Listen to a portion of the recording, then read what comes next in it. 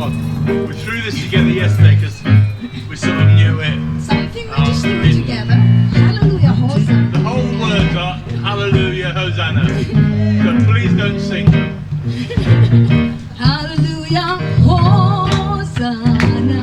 Hallelujah, Hosanna. Hallelujah, Hosanna. Hallelujah, Hosanna. Hallelujah, Hosanna. Hallelujah, Hosanna. Hallelujah, Hosanna.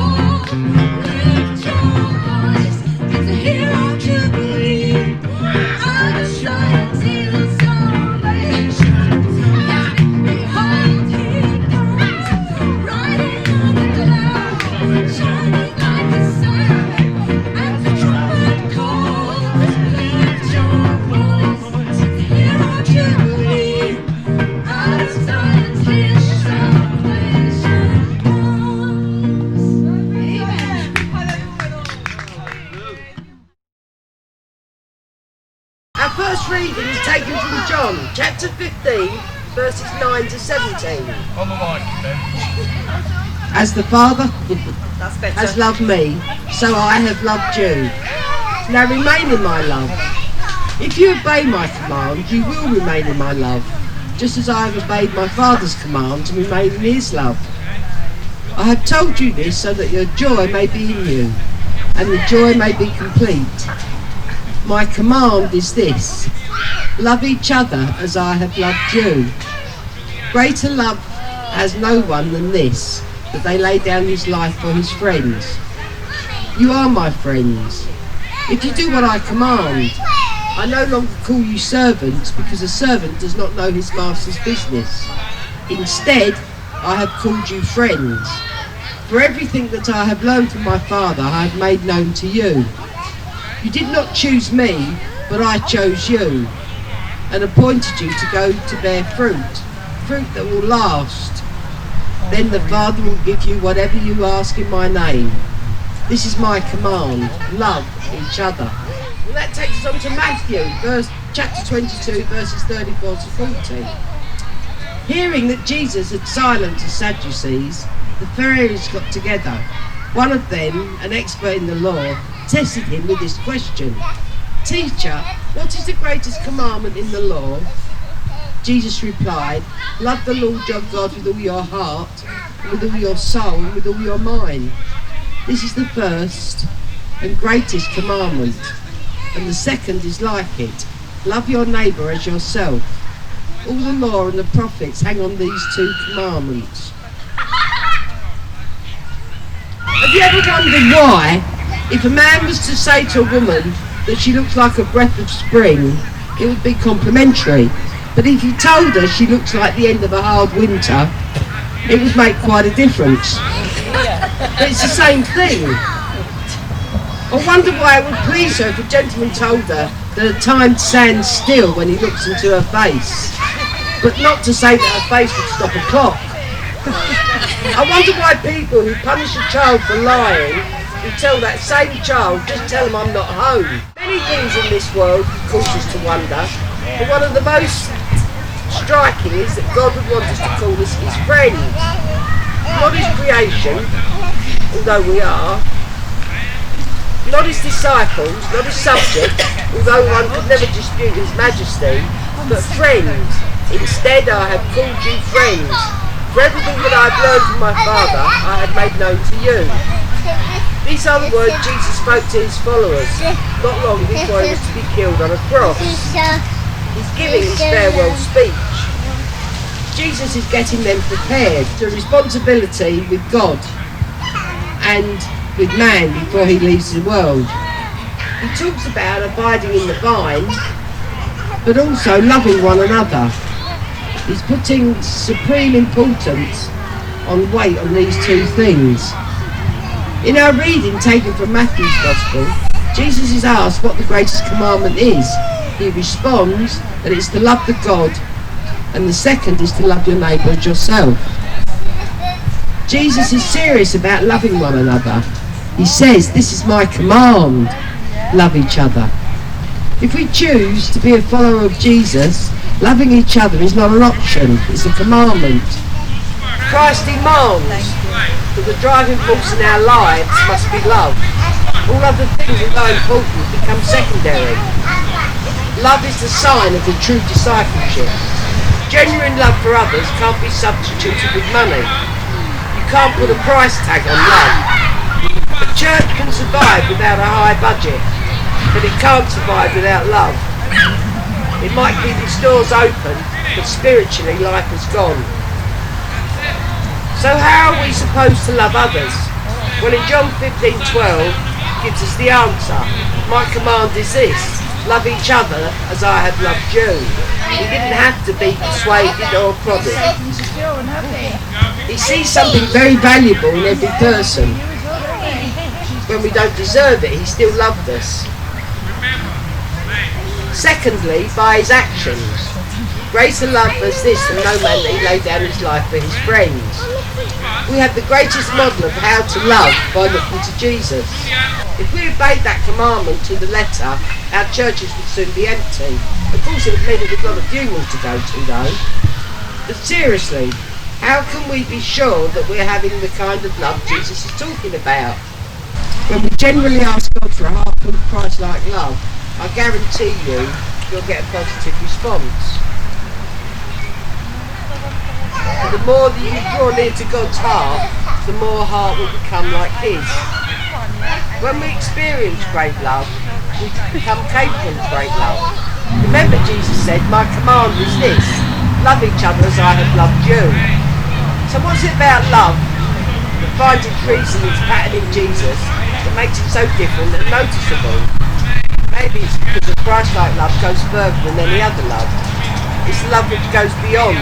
When you meet and when you treat people like they're somebody, when you don't just look past them and see if they don't exist, you're reflecting God's love from your face to theirs. Another aspect of Christ's love is that it stands out. Jesus says, "I have told you this so that my joy will be in you and that your joy may be complete." People who love Christ as Christ loved them do it with the same attitude as Jesus did. Jesus did what he did for us with joy. He was glad to do it. When we show kindness to one of those nobodies in the world, we do it with joy. Not we do it because we have to, but because we want to. When I was younger, I was proud of my street cred.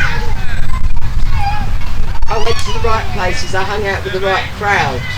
But even so, there were times when my church life and members of the Girls' Brigade became the butt of a few jokes. You know the things I mean. Mummy making you go to church again, Fluff? That's what I was called then. Tough, wasn't it? I had a choice to make. I could either lose my street cred or give up the church. Then I realised that I went to church because I wanted to, not because my parents made me. And that's what I told them. I'm going because I want to. And actually, the cheap teasing stopped, or at least for a little while anyway. If you feel that you've been a bit short with somebody, tell them you're sorry. If you feel you've been hurt by somebody, forgive them. My prayer for you all this morning is that you remain confident in Jesus' love. Live each day, reflecting that love to others. God bless you all. Amen. More love, more power, more of you in my life, and I will worship you with all of my heart, and I will worship you with all of my mind, and I will worship